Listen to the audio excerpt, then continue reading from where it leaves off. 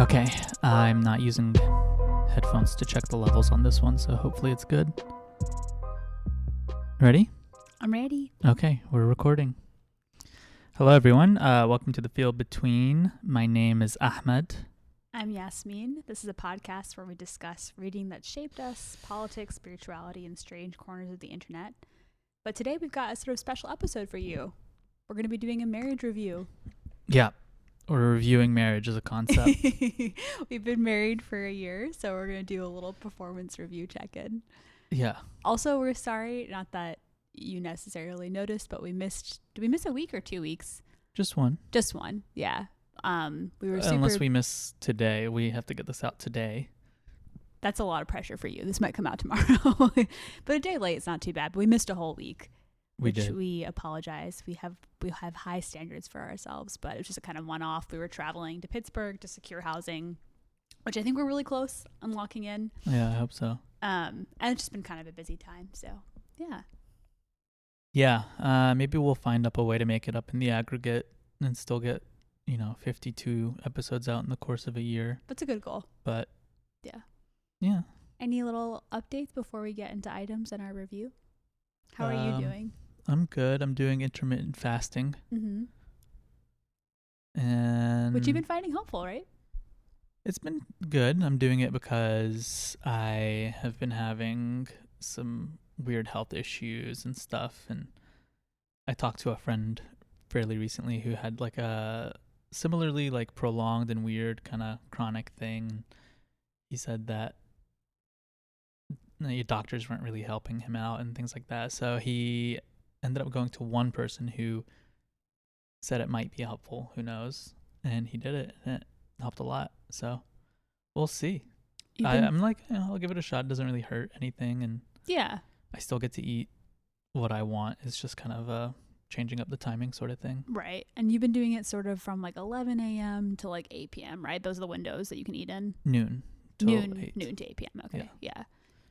And you are still drinking water and like coffee and broth. So that's kind of nice. You can stay hydrated at least when you start work. Yeah. I'm technically not supposed to have anything with calories in it, but I figure, bone broth, you can kind of modify it. Yeah. Bone broth is like negligible calories. And I think it's also good for you. Exactly. Nice to have something to warm up your system. Yeah. Yeah. Especially with a coffee. Right. What about you? I'm doing well. I'm between employment, which feels really great. We had like a big push where we went to New York for my sister's baby shower. Baby has since been born. I can't wait to meet her. And then we kind of came back to North Carolina for just a day so my students could take their final, and I had to be there in person for that. And then we went to Pittsburgh, so it's kind of a whirlwind. But yeah, it's been a lot. Yeah, this is this will be my second week of being between employment since we got back from Pittsburgh, and it feels really good. My dissertation's done, my grades are in.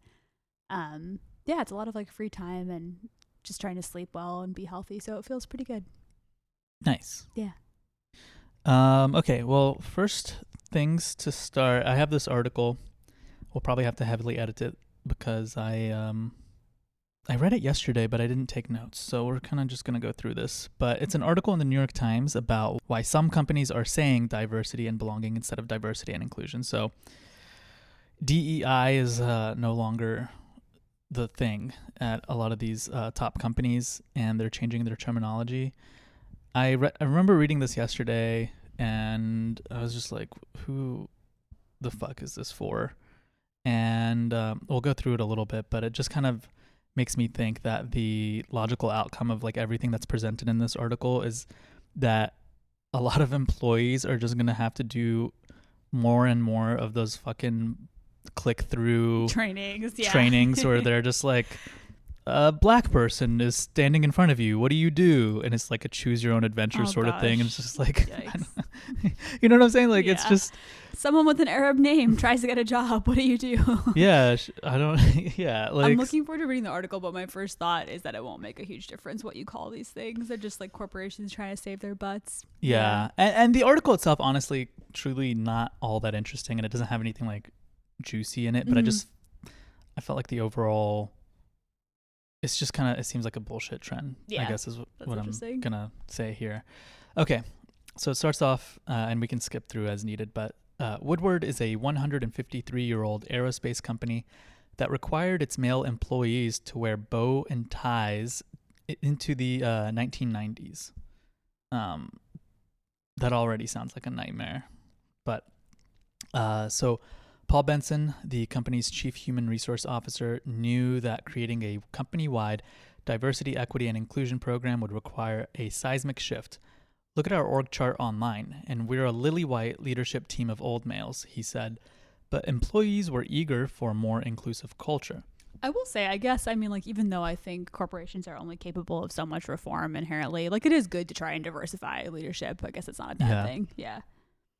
I'm going to turn your audio up a little bit. You're looking a little weak on the waveforms. Oh, no. Yeah. Yeah, there's nothing wrong with this so far. Last summer, Mr. Benson started searching for a diversity consultant who was up to the task. He hoped to find a relatable former executive who had seen the light. Instead, a Google search led him to a black comedian and former media personality named Kareth Foster. I did not have time to look up her stand-up or anything, but it seems like she had gotten some pretty good work as a comedian from what I could see online. Mm-hmm. She's the chief executive of Inversity Solutions, a consultancy that rethinks traditional diversity programming. Ms. Foster said companies must address racism, sexism, homophobia, and anti-Semitism in the workplace, but she believes that an overemphasis on identity groups and a tendency to reduce people to victim or villain can strip the agency from and alienate everyone, including employees of color. She says her approach allows everyone to make mistakes, say the wrong thing sometimes, and be able to correct it. Sounds like there's some wisdom to that. There is, right? Yeah. Like it's the departure from the kind of like there was a trend of like the white fragility sort of. And the privilege walks. Did you ever do one of those? It's so awkward. Privilege walks? Oh my gosh. This was like a thing when I was in undergrad and shortly after, where you have a bunch of people that you're training with and then they call out things that if something applies to you, you walk forward. And so you can like see everyone's privileged relative, but it was so awkward. It was such a bad idea because who wants to be like, I'm in a single parent home, like with someone you're just getting to know. It's just like an awkward, weird They do thing. something similar to this in this actually. So a couple paragraphs down. So it's talking about how she one of the sessions that she has with people, shortly after taking the stage, she asked everyone to close their eyes, raise their hands in response to a series of provocative questions. Had they ever locked the car when a black man walked by? So you have everyone is supposed to have their eyes closed. Right. And then she says, it's like a never have I ever sort of thing. With racism. But with racism, yeah, it's racist, never have I ever. Wait, what are the other examples? So locking the car when a black man walks by. Thought, yes, Jewish people really are good with money. Questioned the intelligence of someone with a thick Southern accent. Ooh. I'm guilty of that one in the past. Yeah, no longer. Bet you are. People raised their hands tentatively, even fearfully. By the time Miss Foster finished, nearly every hand, including her own, was up. All right. So, congratulations, you're all racist. At least you're like not like. At least the eyes are closed. I think it's a better adaptation of the exercise. Allegedly. Right. If I was in that room, I'd probably be like kind of looking just a little bit, just to see who did what. Let's see. It's kind of okay. So Miss Foster, he said, helped. This is someone talking about the training. Miss Foster, he said, helped people feel okay with themselves. Like maybe you haven't been an activist or on this journey in your past, but let's see how we can move forward. And it just seems like, don't get me wrong, there is a lot of racism built into the workplace. There's a lot of inequality. Just structurally in a lot of these like big corporations, but it seems like the way that these companies go about tackling it is by getting the low-level employees to go through all these trainings when the people who have the power to actually address the inequality in these companies are just going to continue, getting their buddies hired and promoting their buddies and all this stuff, right? Like, this isn't going to fix any of that. This is just them it's like a cover your ass liability sort of thing so that they can then say, hey, we've put every process in place to make sure that our stupid workers aren't being dumb racists. I mean, if they are trying to actually diversify their corporate structure, I think that's valuable. But then it there's says also nothing about that. yeah. There's also the question though of, again, like, I think that all sort of wins like that are helpful, but like how much are they larger, changing things on like a larger scale if it's just within a corporate structure? Yeah. I'm trying to think about like all the different trainings I've been through, and some have been helpful more than others. I think some of the trainings I had for an AmeriCorps position that I held were pretty helpful. Yeah. But I think that knew we were going into schools that were high need, and so there was like a particular way that we were being trained that made more sense to talk about these kind of topics. Yeah. Besides that, I can't really think of any that have been helpful, but those were notably pretty good. Did you ever do those choose your own adventure sort of like click through? Yo, yeah, we have to do them all the time for the university, like for It's sexual. not really a choose your own adventure. Yeah. You can't really. You can't be like sexual assault. Okay, yeah, Yeah. We have to do them for drugs. We have to do them for alcohol. We have to do them for sexual assault and workplace harassment. There's quite a few of them. I learned nothing from them, like everyone else. I just kind of quickly pace through. Yeah. At least an in-person kind of training, you do learn more. You click through as quickly as possible. But I'm trying to think in general about like, the concept of trainings, and sometimes they work. I think they work better in person. I know also when my parents but the reason that they have them on the computer and is so that they can track everything and be like. But these are in person in the article that they're talking about. Yeah. But no, you're right. There's some sort of sign-in or registration component though. Yeah. Like my parents had to go through some training for foster care, and at first they were a little bit frustrated because they were already parents of 2 biological children, myself included. But they actually learned quite a bit. Like there is something to like formally learning some basic shit in like a setting that can be helpful sometimes. But yeah, overall DEI has become just another sort of corporate. Yeah. And I'm sure DE won't be much different, or whatever it is, DI. Well, I'll tell you what the new acronym is. Now, nearly 3 years since that moment, some companies are amending their approach to DEI, even renaming their departments to include belonging. It's the age of DEI-B. Wow, very nice. Yeah. Deb. Even renaming their departments. That's crazy, dude. Yeah. That's silly. Some critics worry it's about making white people comfortable rather than addressing systemic inequality, or that it simply allows companies to prioritize getting along over necessary change. You don't say. Belonging is a way to help people who aren't marginalized feel like they're part of the conversation, said Stephanie Creary, assistant professor of management at the Wharton School of Business, who studies corporate strategies for diversity and inclusion. She believes an abstract focus on belonging allows companies to avoid the tough conversations about power and the resistance those conversations often generate. Mm-hmm. The concern is that we are just creating new terms like belonging as a way to manage that resistance. Ms. Foster contends that as a practical matter, there will be no equity if the people in power, the straight white male, feel excluded from the conversation. The people traditional DEI practitioners most want to enroll are the people they are isolating and honestly ostracizing, she said.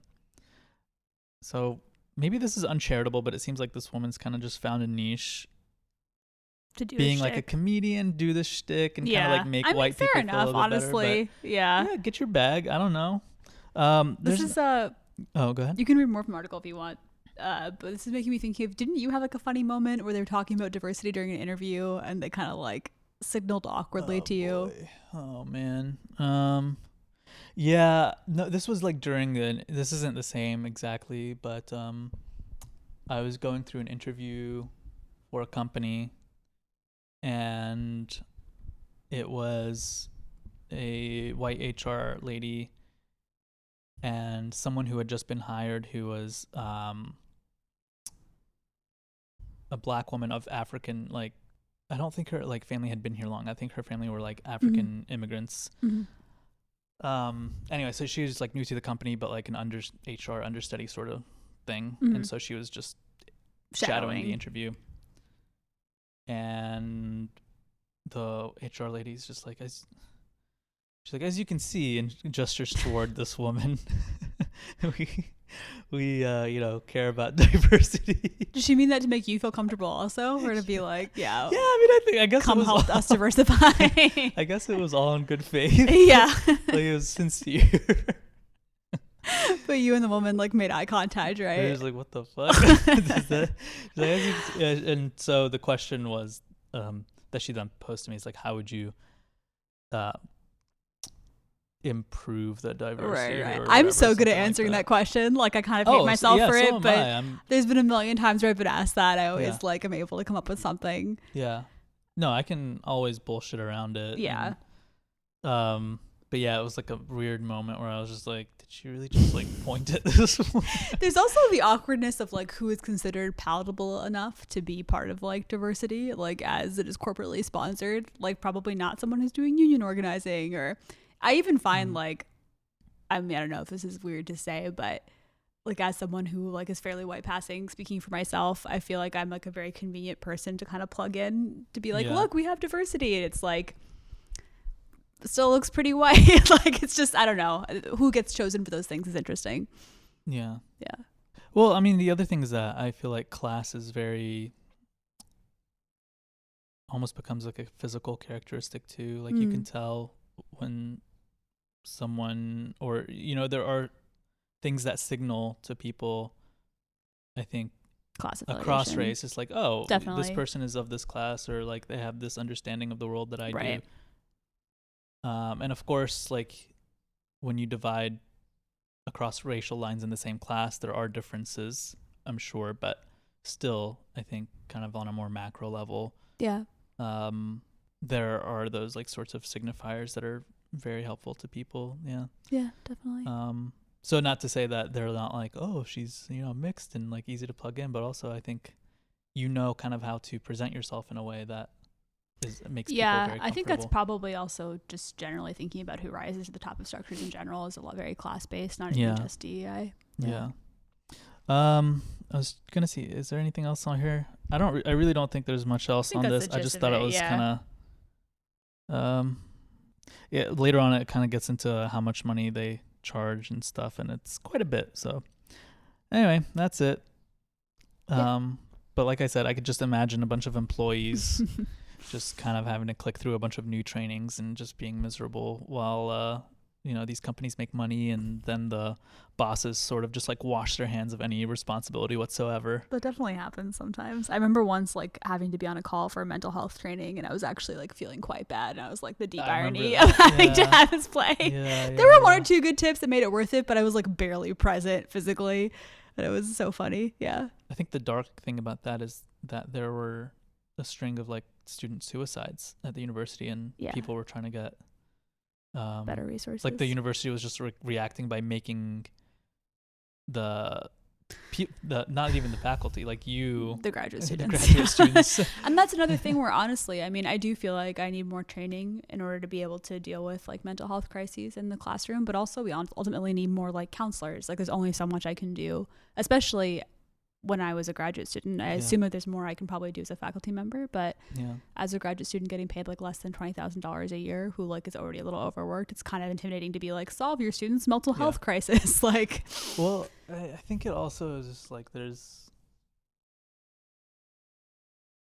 it's definitely not fair for the university to ask graduate students to take on that burden of being counselors, and they should have more resources, but also it's not entirely fair for the state to be asking the universities to figure out how to address mental health crises. I think it is partially fair, honestly. Think about how much money the university spends on like football, like and like basketball. I get that, but I feel like there's like a system in which a lot of people probably just end up going to university because it's the only next step that they feel like they're able to take. That's true, but given how much, there are a lot of people who shouldn't really be forced into that system, but should still have access to some sort of mental health resource. Yeah, I think given how much the university has already become kind of a catch-all for the resources that young people need, some of which I would argue maybe we shouldn't be spending as much money on as we are, like new gym renovations just so it looks like shiny to people touring campus.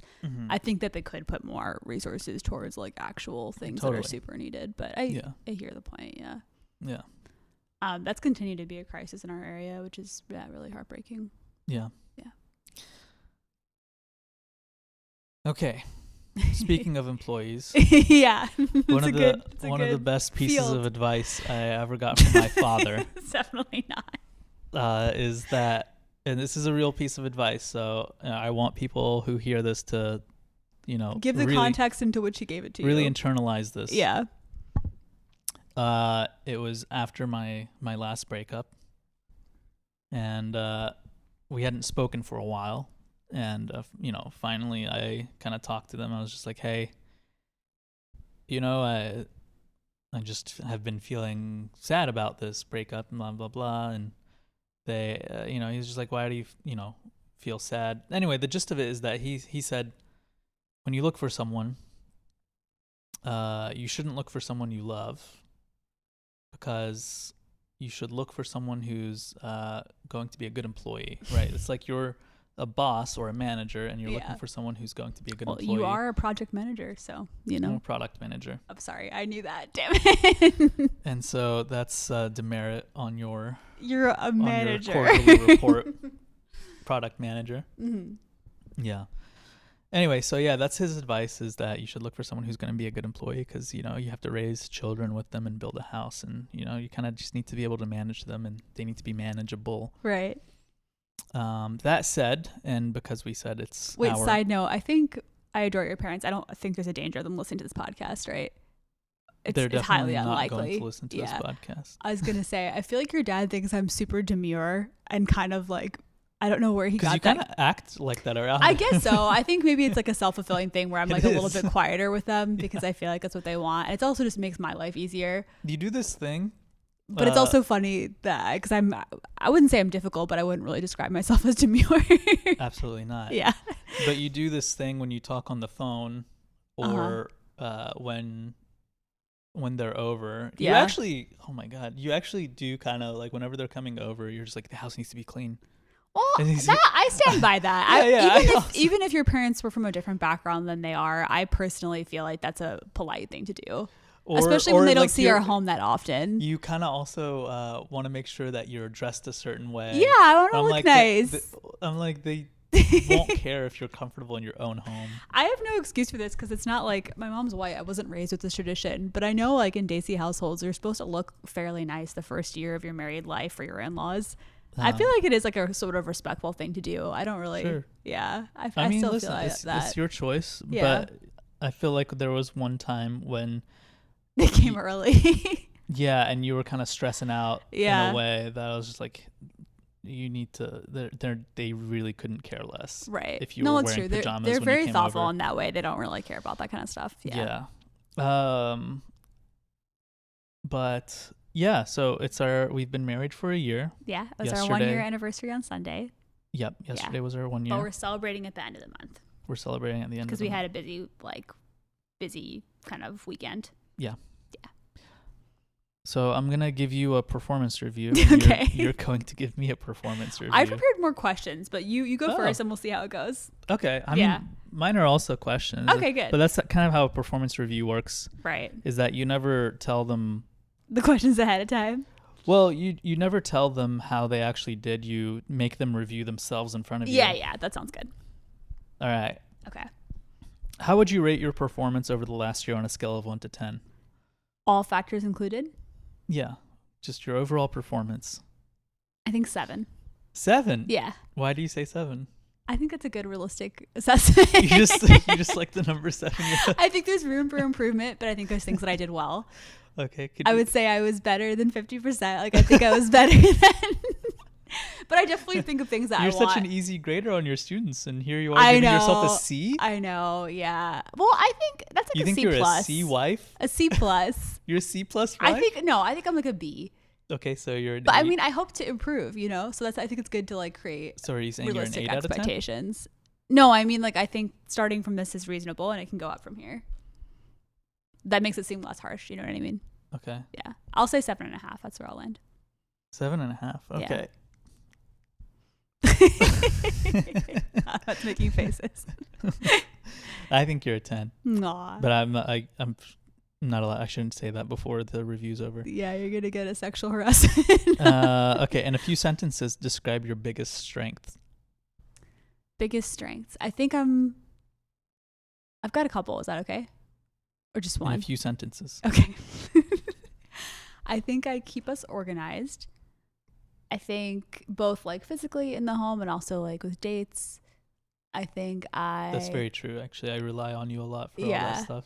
which is good. I don't mind like a People are like, "What are you doing on Thursday?" I'm like, "I have no let me idea." ask Yasmin. Yeah. I don't. I think that I think that we're both good big term thinkers, but in different ways. It's complementary, and so I think I will do the like how of that, like how will we make these changes or like reach these goals or like when is the next event happening kind of thing. Mm-hmm. So I guess mostly logistics. I think your dad would be proud. Why? Because he wanted a good employee, right? Oh yeah. I think yeah. Yeah, I think besides that, I like love you like crazy. I mean, I don't know if that's a strength that should be like a baseline requirement for being married, Depends. but I do love you a lot. Could be a flaw. Yeah. That's it? Yeah. Okay, that's all you got. Okay, what do you think are your biggest areas or opportunities for improvement? Okay. Yeah. I think I'm not very good at letting things go, which I think is like a major thing that needs to be improved on. And I think also just an important thing of like long-term marriages, from what I've heard and what I can gather from people who have had long-term successful relationships, is being able to let things go. So that's something I really want to work on. So I think that's my biggest one, honestly. What else? I think I've gotten better over the course of us being married at like not taking little things as personally. I think that that's something I've already improved on, that I can keep on improving on, is being more emotionally independent and a little bit less, like just kind of like if you're having a bad day, that I feel sad for you and I want to be there for you, but also like I'm having my own experience, Yeah. But I think that's something I could continue to improve on, but I've already made some strides in. Yeah. Okay. Oh, and jealousy I think I've gotten better at, but it's something I'll probably continue to work on. Yeah. My feeling on that is that it's never a thing that is your people are done working on. It's just kind of a... Yeah, I used to not really agree with you, but I think I have come around more to your position on that, because then you feel less guilty for still struggling with it. Yeah. Yeah. I think there are times when it's easier and then times when it's not. Yeah. And the times when it's not may ultimately be related to something else entirely, like a different insecurity or something. But the point is that you're focusing on this thing, and that's how it's manifesting. If you're made to feel like, I shouldn't be experiencing this because it's like petty or this happened such a long time ago or whatever, I think it just the kind of the shame compounds over the jealousy, and it just kind of, I don't know. I think that's really smart. Good, yeah, I totally agree with you. I do think it's nice to look back and be like, oh, relatively, I think I'm getting past this quicker than I would have in the past. Like that feels good, or to be like, I have better coping mechanisms. But I do think there was a part of me that thought like, once we're officially married, why would I struggle with this? And that kind of judgmental voice is not that helpful. Yeah. Yeah. Okay. What are some things you can do to improve these things? So we're looking for, have you ever heard of SMART goals here? I have. We love these in the corporate world. I don't remember the acronym, but I do remember Specific, the concept. Measurable. Wow. You just got those off the top of your head. Results oriented or something. And then what's the T? I don't know. T is for, I don't know. Something I do when I'm trying to let things go is I'm pretty good at mentally remembering like little things. I remember all the things that you've let go, and that like makes me feel like I should be more generous, because I'm like, oh, like part of it might just be that you don't remember things as well. Yeah. But I'm like, oh, like Ahmed like doesn't struggle with this, and like he's very generous with me, and like it would make me feel bad if this came up again, and like he doesn't do that. So that's been helpful. That's not really an actionable goal, with that kind of like mental way of doing things. I think the other things is like finding appropriate outlets. And so it's not that you can't process something together as a couple, but just like the couples therapy might be a better time, or like checking in with you, and like a time that you are feeling good is a better time, or a time that you don't have other things going on. So I think journaling, stuff like that. Okay. Is there any additional support you would like from management, aka me?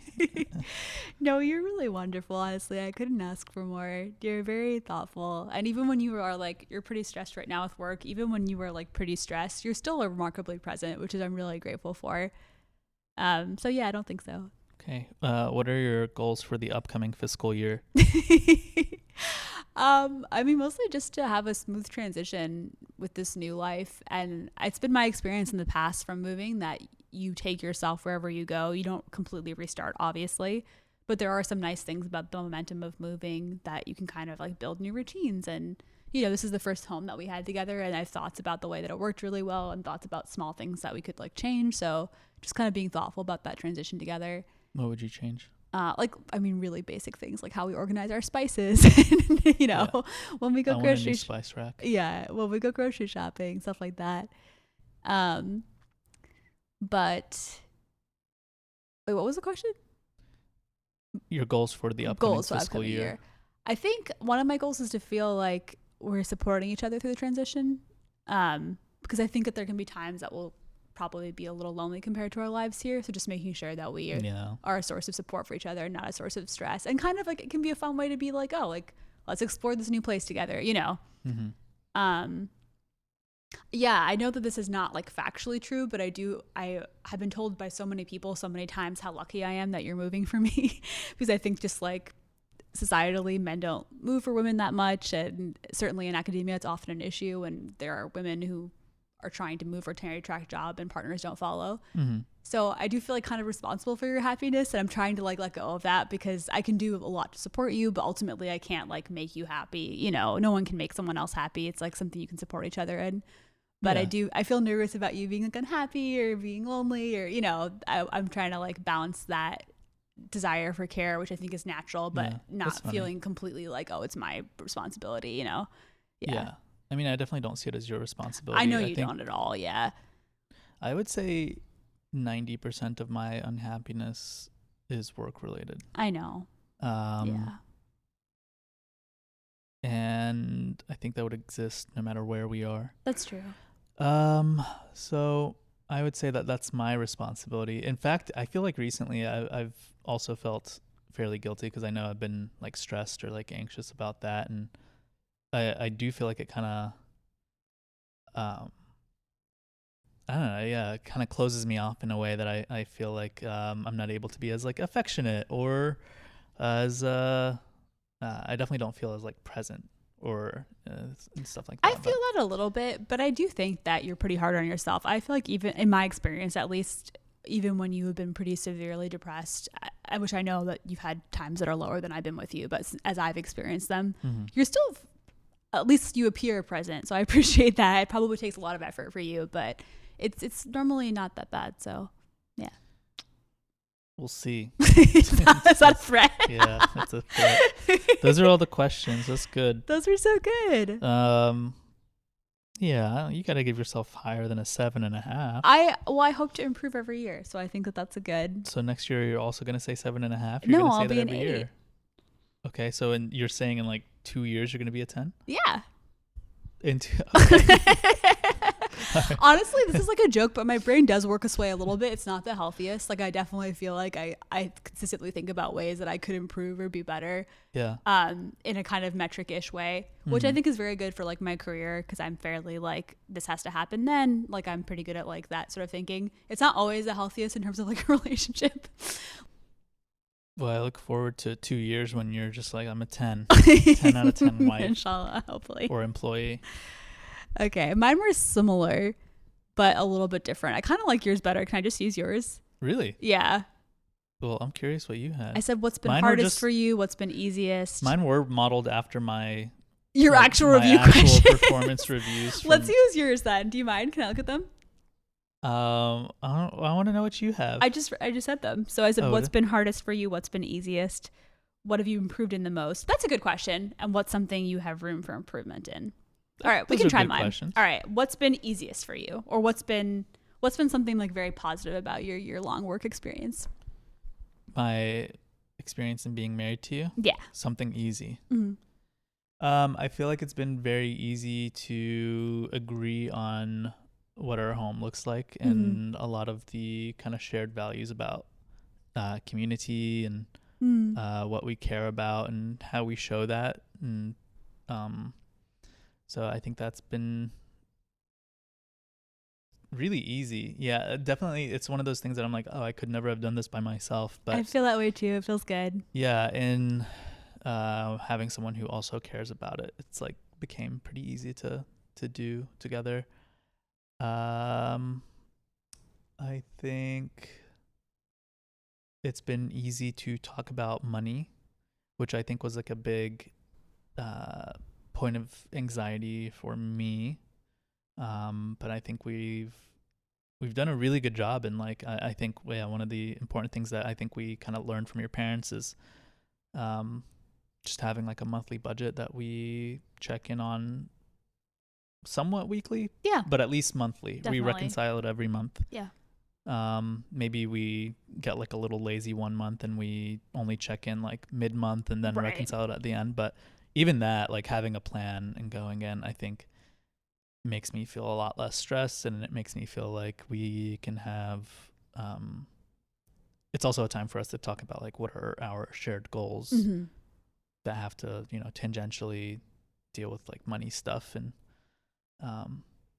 so that was easy, and I think it builds a lot of strength. I don't know. I think it's been easy to I don't know, just like imagine more of a future, which is not something that historically has been like fairly easy for me. Aw. Yeah. And what's been hardest about being married? So not necessarily something that you're responsible for, because another question like that, just something that's been difficult. Something It that's doesn't have to be hardest superlative, just something that's been hard. a challenge. Yeah, a challenge. A challenge.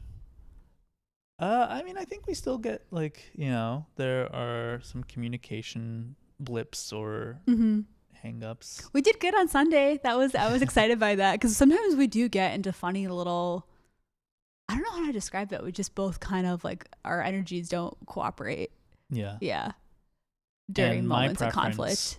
is to just kind of be to myself a little bit. Yeah. And I'm not very conversational. And Yeah. I think your tendency is to super chatty. is to be very conversational. Yeah. They're a little bit in opposition to each other. And conversational, okay, I feel like we can cut this out if you want. Conversational in a way that I feel like is like wanting to almost like brute force its way into a good mood. I think it's so hard to say. You don't have to cut this. Some of this is just based on patterns that we learned. It's hard to know like what is innate and what's not. Like I think for me, like I feel like we're past a little argument or past like an emotional spot once we can like talk normally again. Yeah. And so there might be like a little bit of like willing into action, but it genuinely makes me feel better. Yeah. But then like obviously if it's not going to make you feel better, if it's not going to flow, then like that's not practical. Yeah. It seems dependent on having the other person. It is, yeah. Talk back. Yeah. Yeah, it definitely is. It's really hard to like just chat and Sure. not get anything back. Yeah. It's honestly kind of painful, but I don't know. Yeah, I don't think there's like a wrong or right. It's just kind of finding a rhythm that works for both of us and serves both of us. Yeah. Sometimes it has looked like for me like just being like, okay, like I can be still in this moment. Like it's not my preference, but I can be. Yeah. But sometimes I just don't want to, you know?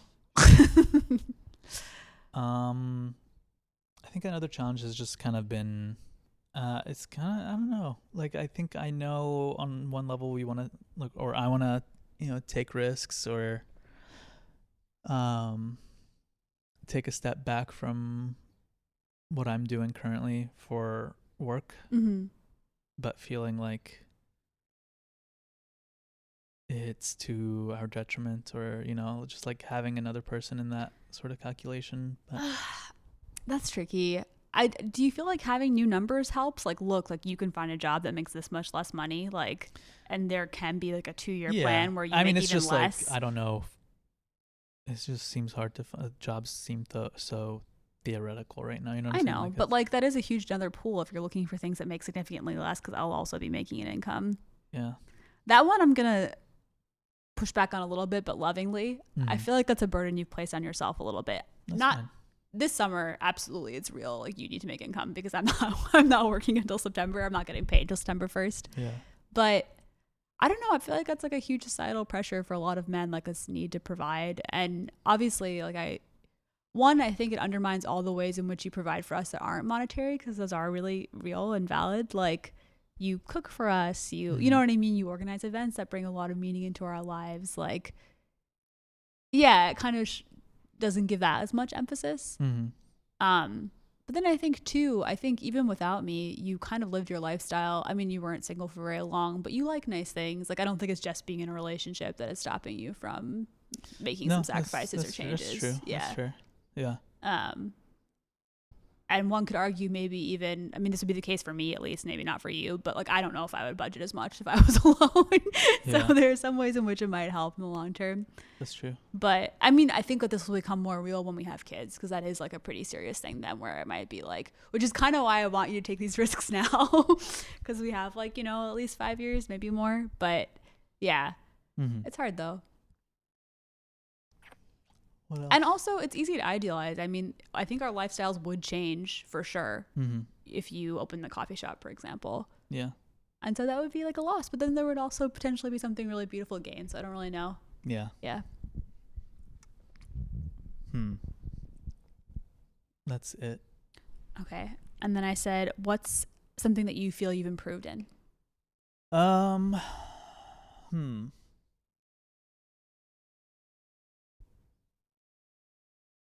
I can think of a couple things. My sourdough baking has gotten better. In terms of our marriage. Yeah, I bake bread for you. That's true. That's true. And you started making bone broth, which is so good. And I've gotten better at making large batches of chai. This is beautiful. But baby. I don't make that necessarily all for you. Yeah. Let's think about something that's a more marriage-based skill, but the sourdough is good. One thing that I learned, this is kind of beyond just our year of marriage, I guess, since dating you from the start, which we started dating a year and a half before we got married. I didn't realize, I guess, I'm prone to jealousy. I don't think it's like more than an average person, I guess, but I really thought I was just, yeah, I don't know, I don't really experience this or whatever, but it's because I was with one person for like 7.5 years. But I think that was something that was new to me. It was like a new sort of emotion, and I do feel like I've gotten better at handling it. I feel like I've also gotten better at communicating when I'm not feeling well. You've gotten so much better at that, actually. It's really helpful. You do a lot more like signposting of like, I'm having a bad day, or like even like you've gotten way better at that. It's really nice. Yeah. I think and then it's great because I don't take it personally, you know. Right. Yeah. What else? Those are 2 really good ones. That's it. Yeah. I have an area of improvement for you. Okay. We've got some silly ones we can trade off at the end. Okay, yeah, let's do that. My last thing is what is something that you'd like to continue to improve in, or that you're working on still for your next performance review? The communication stuff. Same. Yeah. I think I have a tendency when I am feeling depressed or anxious about stuff, I really do shut down. Yeah. In a way that I think makes me incapable. I don't want to say incapable, because I think it's something that I should work on, but bad at showing affection. And I can break through it sometimes, though. Sometimes. Yeah. I think so I want to be able to like work on communicating through that. Like I think the other day I wasn't feeling great, but you like cleaned up the house and it looks great. And we went for a walk and got ice cream and you felt a lot better after that. Yeah. Yeah. With friends. But I think I was just like, oh hey, like inside I was just like, oh, I appreciate you cleaning up the house or like taking the lead on that. I don't think I actually said it. Aw, that's but sweet. Yeah. I don't know, sometimes it just feels like for whatever reason there's like a barrier to communicating. What else do I want to get better at? That's enough. Yeah, that's good. Okay. I mean, if you have more, you can, but that's totally a good one. All right. Are we about to do like silly things? This could actually get into a real argument. Okay, we'll tread lightly. Mine was we gotta commit to our plan to make you drive more. That's fair. Yeah. That's like a bit of a point of contention, I would say. Not a contentious point. A little Why bit. is it contentious? Because I think it kind of comes up sometimes when you're already frustrated, which I understand because you're tired because you've been driving a lot. But I think it's something we need like a more systematic plan for, probably. No. I think you think I'm asking you to drive when I'm annoyed. I think you so are. that then I can experience more frustration. I don't think that's. I think there are just No, times where I'm not like, oh hey, do you want to not so practice you your can- driving? Yeah. I don't I know think though, you because feel- there are I times think that you I feel should. attacked. I don't, because there's times that I should drive that I don't. Yeah. Yeah, I don't know. That's fair. I would like to get better at driving within the city. I don't know that it's realistic for me to drive like road trips for long periods, but I It's think I should be steps. doing at least like an hour or two on our road trips. One leads to the other. Yeah. I'm really sad I have to learn how to drive in a new city. It kind of breaks my heart. I'm really not looking forward to it. Mhm. Also, Well, I'm sure the cold months will have you driving in no time. I don't know. There's a bus that goes straight to work. Yeah. Yeah. Honestly, no, you're gonna have to force me. I don't see it happening organically. Okay, what you got for me? Oh, I didn't have like areas for. I actually don't have anything, honestly. Oh my I can think God. of like Such I can bullshit. think of stuff around the house, but I will say that I think Okay. now we communicate well enough that it doesn't bother me. Okay. What I you think got? the main thing that bothered me was feeling that it was uneven how much we were communicating like our pet peeves, and I feel like we've had some conversations about it, and it's not an issue anymore. I think you're good. Oh, that was a big one for me, actually. I feel like I got better at, because I think sometimes I just have a tendency to be like, oh, hey, Yeah, I think what I'm saying is like, factual or yeah, I'm making like a descriptive sort of thing rather Yeah. than like a normative, like, oh, hey, like, it's more efficient to pack the dishwasher this way. right. Not like, oh my God, I can't believe you didn't, you know, like. But I think, at least from my perspective, I don't think it went both ways. I think that Yeah. me giving No, it feedback didn't go both ways. wasn't I would, received as well. I think I did Yeah. it. Well, I think it was received. Ah. I think it was received. I also don't think I that. don't think so. No. This is a misrepresentation, because I think whenever I would say that, what I will concede on is that I think I just did it more, Mm-hmm. and maybe that led to higher instances of it not being received, because I think I just did it more and you just didn't do it as much. I think it's And a I- picking and choosing your battles kind of thing. Yeah. Yeah. Like if there's one thing that really drives you crazy, like for you, I know something that was kind of fundamental was like the dish towel. Marriage is like so petty sometimes. Like these are such specific things, but they are real things that not affect your petty. day. No, I mean I have similar stuff. So yeah. I don't think these It's things so are, granular. yeah, You know what I granular, mean? yeah. Like, but when you're in it, it feels like it makes up a lot of like how your world operates, I guess. Yeah. But yeah, like a big thing for you is like not having the dish towel by the sink. And I think for that was like a reasonable one. I mean, it's a little arbitrary what's reasonable and what's not, but I Well, think it's like picking what you cannot stand. Mhm. I think for me, I'm a little, at least in my understanding, I feel I'm a little more systems based. Like if there is a system, Mhm. I can work with it. Like, Mhm. so for example, like if your clothes are anywhere in the bathroom, I just put them into a place that I've designated and then it's your job to deal with them. But like Mhm. without that system, I would go crazy. Like if your clothes were just on the floor or if I didn't have a place I could put them. Yeah. Yeah. And like if your stuff gets off of like the tray in the bathroom, I put it back on the tray. Like I just like knowing where things go. Yeah. And I don't really mind honestly at all anymore. Like I think I did in the very beginning, but now it doesn't bother me because I'm like, oh, this has a place to live, you know? And so Uh-huh. I return it there. Yeah. I think as long as there's like a place that things go. Yeah. I am daydreaming about more efficient placements for our next place though, for like especially winter stuff, like keeping it effectively sorted. I think part of that is that I lose things a lot, and so I just like things to kind of look like they're put away. Mhm. Yeah. Yeah.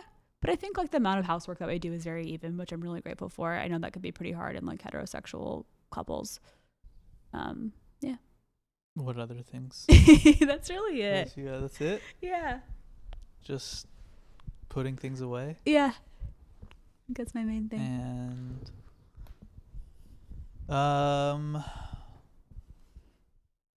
okay. Yeah. Let me think if I have anything else for you. I think I know yours.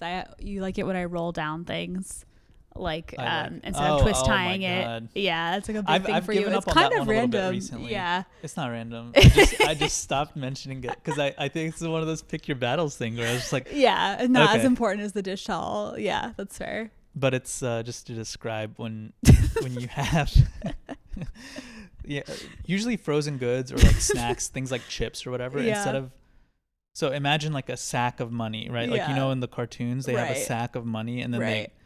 They bind they it. grab it Yeah. That's what I do with in like the middle. Yeah, they grab it in the twist middle, tie. and Yeah. and I'm just like, that's yeah. So imagine a bag of chips or Yeah. something, just like cinched in the middle with a rubber band, And you don't when like you that. pull off the rubber, it just like is hard to pull off the rubber band, and it's also not a good way of keeping the air out or keeping the freshness. I don't know that it really makes that much of a difference It if you makes a cinch difference. it tight enough. It makes a difference. Okay, but as Ahmed's opposed thing to is, pushing the air out and rolling the it thing from down, the top, yeah. and then putting the rubber band around that sort of cylinder. Yeah. I think I do it for some stuff. I try and do it more, but it just honestly, it so doesn't compute to me that I often forget. Uh-huh. I'm not like, oh, this is dumb, I'm not doing it. I like forget because Yeah. because I think it doesn't make sense to me personally. I feel attacked every time I go and get blueberries out of the freezer. I will say the other thing you've gotten better, which I appreciate, is I felt a little bit like, I think we're at a point now where we have pretty good division of labor. Like, I think you vacuum and you cook more, and you do a lot of like the kind of larger scale maintenance things. You take out the cat's litter, the air filters, you like fix those. But like, for example, I tend to keep the dishes going more often. Like I tend to run the dishwasher. So my thing was like, don't tell me how to stack the dishwasher if I'm the one who's doing it. You know what I mean? Like, Right. that feels frustrating. But having said that though, I was putting plastic on the bottom and it was melting. So that's like a place where intervention is warranted, Yeah. But I think my general thing was like, if I'm the one keeping this process going, you know what I mean? Yeah. And I'm not all the time, but like for the most part, Yeah. Yeah, I feel like I know a lot of your habits now. I think the other thing that's really changed, we live in an open concept apartment, and initially you were very against that. Yeah, and I honestly, part of my calculus was, this man's willing to move anywhere with me. That's like very hard to find, and I think that's a fair calculus to kind of be like, let's go with your slight preference. But I feel like now we actually operate in it, at least from my perspective, like very smoothly, which is really nice. I think we just like have gotten more into our rhythms, and I feel less awkward now being like, oh, can you put on headphones? Like, I don't think you take it personally if I like need to, I never took it personally. I know, but I used think to at like some point you thought worry that you would, you know what I mean? You used to worry that I did. Yeah. And then you'd be like, okay. But so just again, to describe the setup is, we have the TV downstairs. Yeah. There's a lofted bedroom upstairs with like no wall. Right. And my office is like towards the back of that space. So the audio travels, right? Like Yeah, if the it's TV was entirely just on, open it's space. very open. You Yeah. can hear someone like having like a normal volume conversation from anywhere in the house. When we first moved in, so like my solution for that was just like, oh well, we can figure it out, and we'll use Bluetooth headphones to listen to the TV if someone else is working, blah blah blah. And I think for some reason you just thought that I would be so annoyed if you asked me to use headphones. Yeah. So you wouldn't, but then you'd be annoyed. I would be like upstairs, like kind of frustrated You'd that be like, I couldn't listen to music. Yeah. I can't do any of the things that I like to do. That's honestly really accurate. And then you were just kind of like had imprisoned yourself in a sense. Yeah. And I don't know what shifted, but I think just time. Like I was telling a friend the other day, like I feel like we just kind of naturally know each other's patterns, and I just like move around the apartment without thinking about it too much. Yeah. And I think it's something I decided to become more deliberate about. If I was like, oh, like I kind of miss listening to my music. Like obviously nothing was stopping me from doing that, but just like making sure that I took time to do that. Right. To kind of balance out. Yeah. I mean, honestly, now I'm more on the fence because our place is so beautiful that like I'm so glad we ended up here. But by on the fence, I mean I'm on the fence about whether I would live in an open concept apartment again. Mm-hmm. If it was as beautiful as this, I think I could be convinced. It's such a beautiful place, and we've had so many people in it. Yeah. Yeah. Okay. Are you happy you got married? I'm very happy. Yeah. Really? Of course. I think it was like a really exciting, big leap of faith in the best way possible. Not so much marriage, but like, I think for me, this sounds like silly and romantic, but I think deciding that I was going to be with you, like I kind of felt like, okay, I'm ready to commit to this person. Yeah.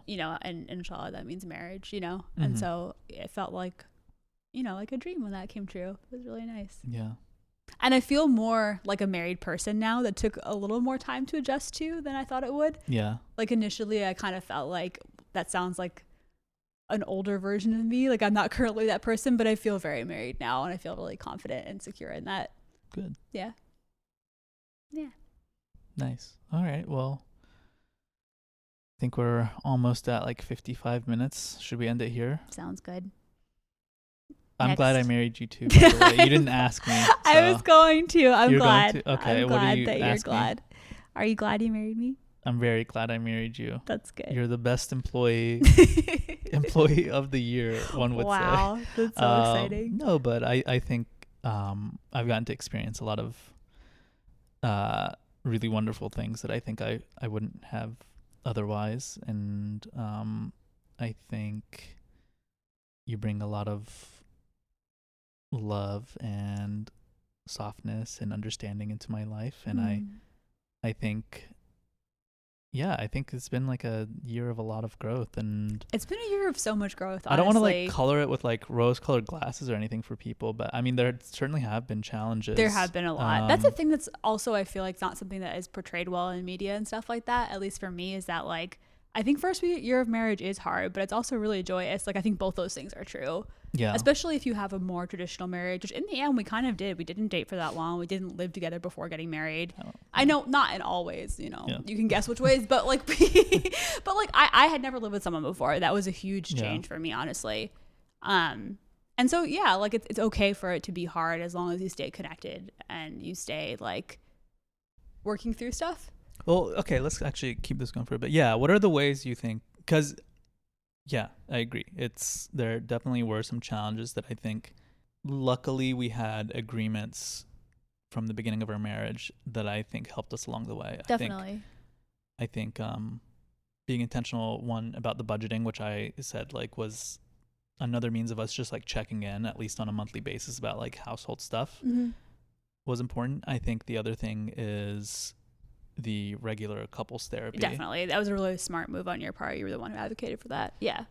Yeah. Even if like, I think most of the months there probably like wasn't a ton to go over. It was just like, oh, this is going, whatever, blah, blah, blah. I think we always found something to talk about. Yeah. Sometimes we were scraping a little bit because there wasn't much, but the times that we did have something to talk about, it was really helpful.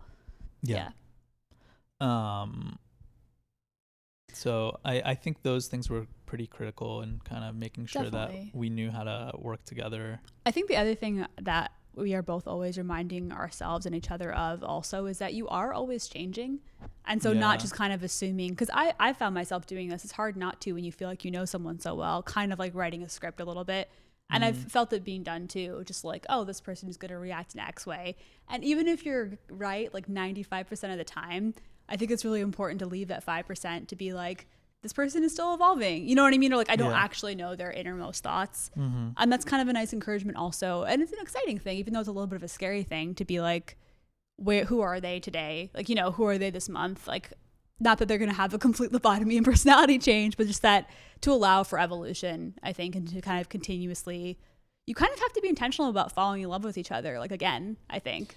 It's a big unknown. I think you're not going to love the same person that you like fell in love with originally. Like you have to, it's a learning process, and you have to learn how to continue loving them. You had an early letter to me that was really beautiful that said that you thought like love was a process of learning, which is my favorite thing ever. I think that's true because it's very much like an active process. Yeah. I don't think it's something that you can be super passive about safely for long periods. Yeah. Yeah. I think that goes for also like loving something that's not another person, right? Like I think if you love a subject or a craft, that's true. Like the way that or you even do a friendship, is by continuing to learn it. But I will say, at least in my experience of friendships, there's a way that for certain friendships you can kind of like set them aside and they're still there when you need to get back to them. Yeah. Whereas I think for a marriage, because it's more of like an active daily partnership, you kind of have to like check in a little bit more, or like you can't really set it on the back burner for like too long. Yeah. Yeah. Yeah. Did you have another thought? Something about like the moving and adjusting or? No. Yeah. We're celebrating. How are we celebrating? We're going to Asheville. We're going to a cabin. We're not going to Asheville. We're going to a cute cabin. Noah. A very, very cute cabin that Ahmed found outside of Asheville. We're going to hunt squirrel. We're not going to hunt squirrel. Roast squirrel. I kind of want to like write a little bit if you're down, because we've talked about doing a writing retreat together. But it doesn't have to be super formulaic, but I would love to just like go to a coffee shop and write. And I don't think there are coffee shops out there. Or just like write in our cabin. In the woods. Yeah. I mean, we're only like a 15-minute drive from Asheville, right? We're going to have to get feathers and ink. I'm thinking that we will chill, write, Several sharp bones. reconnect with each other on different levels, and eat really good food. How are we gonna reconnect? I got some ideas.